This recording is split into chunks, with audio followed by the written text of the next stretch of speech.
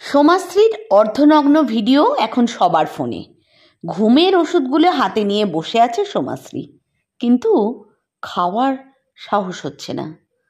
Phone silent করা আছে। বহু বন্ধু বান্ধবী ফোন করে জানতে চেয়েছে ভিডিওতে ওটা সত্যিই সোমাশ্রী কিনা। ভিডিওটা এখন সবার ফোনে ফোনে ঘুরছে। কেউ বা খুঁটিয়ে দেখছে সোমাশ্রী কিনা, কিংবা কেউ বসে বসে মজা নিচ্ছে। চোখটা বন্ধ করে কিছুক্ষণ বসে থাকলো সোমাশ্রী। যেখানে সে এখন আছে সেটা তার ঘর নয়, নয়তো এতক্ষণ তার পোষা কুকুর কিংবা শখের গাছপালার পিছু টান থাকতো। কিন্তু এই ঘর তার নয়, এখানে কোনো পিছু টান নেই। পিছু টানের কথা মনে পড়তেই খেয়াল হলো ঋষভের কথা। কিছুদিন আগেই ছেলেটার ব্রেকআপ হয়েছে, তাই হয়তো একটু ডিস্টার্ব আছে, নয়তো এই সময় সমশ্রীকে কিছুতেই সে একলা ছাড়ত না। কত কিছু বলার ছিল ঋষভকে, একটা চিঠিতে সব লিখে গেলে ভালো হতো, কিন্তু কি দরকার ঋষভের? শুধু শুধু ঋষভের ওপর চাপ বাড়ত। ঘড়ির কাঁটাতে তখন রাত্রি 12টা। চারিদিক একটু নিস্তব্ধ হয়েছে। আজ অফিসেও কলিগরা নানা কথা বলছিল সমশ্রীকে নিয়ে নিজেদের মধ্যে। কাল সকালে আর কোনো গুঞ্জন থাকবে না, আর কোনো কিছু ভালো লাগছে না। আজ সারাদিন একটা ঝড় বয়ে গেছে। প্রথম যখন ভিডিওটা সে দেখেছিল, ভয়ে হাত পা ঠান্ডা হয়ে গেছিল তার। ভেবে পাচ্ছিল না কি করবে সে। কেউ সোমাশ্রীর কথা শোনার চেষ্টা করলো না। সবাই শুধু তাকে জাজ করতে আর ভিডিওতে মেয়েটা সত্যি সোমাশ্রী কিনা সেটা জানতেই ব্যস্ত ছিল। এবার একটু শান্তির দরকার, এমন শান্তি যা পাহাড়ে গিয়েও পায়নি সোমাশ্রী। কত কিছু করার বাকি ছিল, কত কিছু দেখার বাকি ছিল তার জীবনে, কিন্তু এত মানুষকে সে বোঝাতে পারবে না। কোথাও পালানোর জায়গা নেই, তাই একেবারে সব কিছু থেকে চলে যেতে হবে তাকে। ফোনটা বেজে উঠল সোমাশ্রীর। স্ক্রিনে নাম ভেসে উঠল ঋষভের। কোথাও একটা আশার আলো দেখতে পেয়ে আবার সেটা হারিয়ে গেল। মনে মনে ভাবল, কি বলবে ঋষভকে? ঋষভ যদি জানতে চায় ভিডিওতে সত্যি ওটা সোমাশ্রী কিনা। সব সত্যিটা জানার পরেও ঋষভ কি ওকে বুঝবে? ভিডিওতে সত্যিই তো ওটা সোমাশ্রী। ফোন না ধরার কারণে আরও কয়েকবার ফোন করল ঋষভ। সোমাশ্রী কাঁপা কাঁপা হাতে ফোনটা রিসিভ করলো। ও প্রান্তে কয়েক সেকেন্ড নীরবতা। তারপর ঋষভ বলল, একটু হাঁটতে বেরোবি? একা একা ভালো লাগছে না। তাছাড়া অনেক দিন তোর সাথে দেখা হয়নি। সোমাশ্রী অবাক হলো। মনে মনে ভাবল, হয়তো ঋষভ ভিডিওটা দেখেনি। তারপর বলল, কটা বাজছে দেখ, এত রাতে কে হাঁটতে বের হয়? ঋষভ সাথে সাথে বলল, কেন, তুই আর আমি 2 মিনিটের মধ্যেই আসছি তোর বাড়ির কাছে। বাইকটা তোর বাড়িতে রেখে দুজনে হাঁটতে যাব। সোমাশ্রী বলল, দাঁড়া দাঁড়া, আমি বাড়িতে নেই। আমি তোকে একটা হোটেলের ঠিকানা বলছি, সেখানে আয়। ঋষভ অবাক হয়ে বলল, হোটেলে কি করছিস? বাড়ি থেকে বের করে দিয়েছে নাকি? সোমাশ্রী বলল, হোয়াটসঅ্যাপে লোকেশন পাঠাচ্ছি, চলে আয় তাড়াতাড়ি। ফোনটা রেখে দিল সোমাশ্রী। মনে মনে ভাবল, বাড়ি থেকে বের করতে হয়নি, সে নিজেই বেরিয়ে এসেছে। এরপর তো মায়ের হাজবেন্ড বলার আরও সুযোগ পেত। সোমাশ্রীর বাবা মারা যাওয়ার পর তার মা আবার বিয়ে করেন, কিন্তু মায়ের নতুন সংসারে সোমাশ্রী বড্ড বেমানান ছিল। কেউই সেভাবে তাকে মেনে নিতে পারেনি। বড্ড অবহেলায় বড় হয়েছে সে। ইদানিং মাও কেমন পাল্টে গেছে। সোমাশ্রী যে তাদের গলার কাঁটা সেটা ভালো করে বুঝতে পেরেছে সে।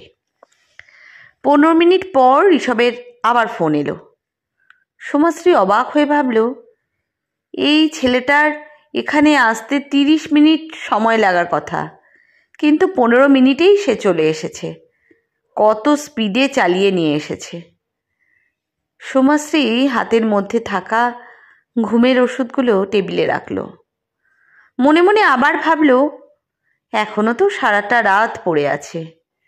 শেষ মুহূর্তটুকু না হয় ঋষভের সাথে কিছুক্ষণ কাটানো যাক। সে যে তার বেস্ট ফ্রেন্ড। হোটেল থেকে বেরিয়ে এসে রাস্তায় নামল। কাছেই বাইকটা রেখে ঋষভ সিগারেট ধরিয়েছে। 1 মাস পর দেখা হলো দুজনের। ব্রেকআপের পর ছেলেটা যেন একটু এলোমেলো হয়ে গেছে। সব তো ঠিক ছিল নয়নার সাথে, কেন যে ওদের ব্রেকআপটা হলো। একদিন তো সোমশ্রীও খোঁজ নেয়নি ঋষভের। আর আজ সোমাশ্রীর খারাপ পরিস্থিতিতে ঋষভ দাঁড়িয়ে আছে ওর সামনে। কিন্তু ও কি সত্যিই কিছু জানে না? দুজনের এত মিউচুয়াল ফ্রেন্ড আছে, তাদের কাছে তো নিশ্চয়ই জানতে পারার কথা। সোমাশ্রীর ঋষভের কাছে যেতেই ঋষভ বলল, আর জায়গা পেলি না মরার? এত দূরে হোটেল নিতে হলো? সোমাশ্রী ঘাবড়ে গিয়ে বলল, কি বলতে চাইছিস তুই? ঋষভ সিগারেটটা ফেলে দিয়ে বলল, হোটেলটা দেখেই তো ভুতুরে ভুতুরে মনে হচ্ছে। এখানে কে আসে ভাই? তাও এত দূরে। জানিস তো আমি কত স্পিডে এসেছি। সোমাশ্রী একটু রাগ করে বলল, কে বলেছিল আসতে তোকে? ঋষভ বলল, তুই ভীষণ স্বার্থপর। শুনেছিস আমার ব্রেকআপ হয়ে গেছে, তাও সান্ত্বনা দিতেও একবারও ফোন করলি না। সোমাশ্রী চুপ করে গেল। ঋষভ বলল, চল হাঁটি একটু এদিকে।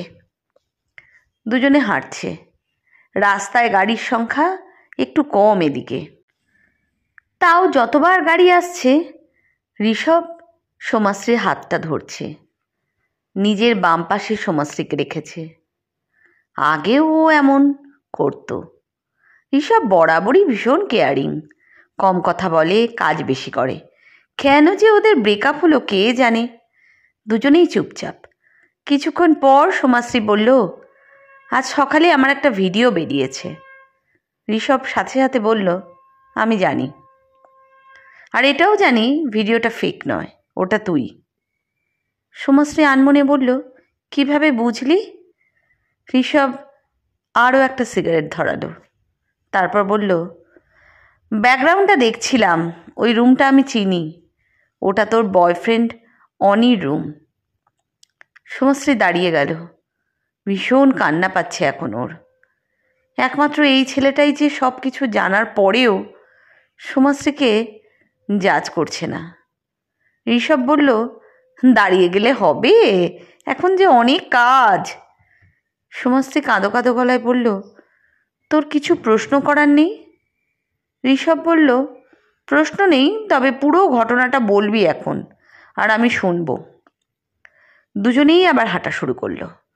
সোমাশ্রীও বলা শুরু করলো। সেদিন অনি ফোন করে বলল সোমাশ্রীকে, আজ আমরা বৃষ্টিতে ভিজবো, তুমি এক্সট্রা ড্রেস নিয়ে আসবে, কারণ ভিজে ড্রেস পরে বেশিক্ষণ থাকলে ঠান্ডা লেগে যেতে পারে। সোমাশ্রীও ভীষণ খুশি হয়েছিল বর্ষার বৃষ্টিতে প্রেমিকের সাথে ভিজবে বলে। একটা ব্যাগে নিজের এক্সট্রা ড্রেস নিয়ে অনির রুমে রেখে দুজনে এই শহরে ভিজতে বেরিয়েছিল। প্রতিদিনের ব্যস্ততা আর চাপের থেকে সাময়িক মুক্তি পেয়েছিল দুজনে। একসাথে এদিক ওদিক ঘুরে দুজনে ফিরে এসেছিল অনির রুমে। অনি বলেছিল, তুমি এখানে চেঞ্জ করে নাও, আমি বাইরে আছি। ভিজে জামা কাপড় পরে বেশিক্ষণ থেকো না। অনির এই ভালো মানুষের চেহারাটার পিছনে যে একটা খারাপ মানুষ আছে তা সোমাশ্রী বুঝতে পারেনি। আগে থেকেই সেখানে ক্যামেরা লাগানো ছিল। সেই অর্ধনগ্ন সোমাশ্রী ভিডিও এখন সবার ফোনে। এত দূর অবধি বলে হাঁটা থামিয়ে ফুপিয়ে কেঁদে উঠল সোমাশ্রী। ঋষভ সোমাশ্রীর হাতটা ধরে আবার হাঁটতে শুরু করলো। তারপর জিজ্ঞেস করলো, অনিকে ফোন করে জানতে চাসনি কেন এমন করলো? সোমাশ্রী কাঁদতে কাঁদতে বলল, করেছিলাম। আমাকে সব জায়গা থেকে ব্লক করে রেখেছে। সবই ঠিক ছিল আমাদের মধ্যে, কাল থেকেই আমাকে হঠাৎ করে ব্লক করে দিয়েছে। আর আজ সকালে এসবের সম্মুখীন হলাম আমি। ঋষভ হাঁটছে। সন্ধেবেলা কথাগুলো খুব মনে পড়ছে। তার এক্স নয়না তাকে ফোন করে বলল, খুব যে তোমার বান্ধবীর গুণগান গাইতে, দেখো ওর কেমন ভিডিও বের হয়েছে। ঋষভ কিছুক্ষণ চুপ করে থাকার পর বলেছিল, আমি এখনও বলছি সোমাশ্রীর মতো মেয়ে হয় না, ও কোনো ভুল কিছু করতে পারে না। কথাটা বলেই ফোনটা রেখে দিয়েছিল ঋষভ। আচ্ছা সোমাশ্রী, তুই এই হোটেলে কেন এসেছিস আর আমাকে ফোন করলি না কেন? আমি কাউকে বিরক্ত করতে চাইনি। ও আচ্ছা, এবার আমি যা বলবো তাই শুনবি। হোটেল থেকে সোজা আমার ঘরে যাবি। মানে আমার মায়ের অর্ডার, তোকে এখান থেকে নিয়ে যেতে হবে। বারবার বলেছে খালি হাতে ফিরলে আমাকে ঘরে ঢুকতে দেবে না। তার মানে আন্টিও জানে? আমিই বলেছি। মাকে আমি সব বলি। চল, আর হেঁটে কাজ নেই, বাড়ি ফিরি। সোমাশ্রী জানে ঋষভ কেমন একগুঁয়ে, কোনো কথাই শুনবে না আর। তাই আর কোনো কথা না বাড়িয়ে ওর কথা মতো হোটেল থেকে চেক আউট করে ঋষভের বাড়ি ফিরল। রাত্রি প্রায় 2টো। ঋষভের মা সোমাশ্রীকে দেখেই বললেন, এসেছিস? আয় আমার কাছে আয়। ঋষভ বলল, রইল তোমার মেয়ে তোমার কাছে, আমার একটু কাজ আছে, আমি আজ রাতে আর ফিরব না। সোমাশ্রী অবাক হলেও ঋষভের মা শান্ত সুরে বললেন, নিজের খেয়াল রাখিস ঋষভ। যাওয়ার সময় ঋষভ বলে গেল সোমাশ্রীকে, ফোনটা বন্ধ রেখে চুপচাপ ঘুমিয়ে পড় মায়ের কাছে। পরের দিন অফিস টাইমে সোমাশ্রী না চাইতেও অফিস গেল। ওকে দেখেই কলিগদের গুঞ্জন থেমে গেল। তাদের মধ্যেই একজন সোমাশ্রীর কাছে এসে বলল, ভিডিওটা দেখেছ? সোমাশ্রী রেগে বলল, আর কতবার এটা নিয়ে কথা হবে? সবাই তো জানো ওটা আমি।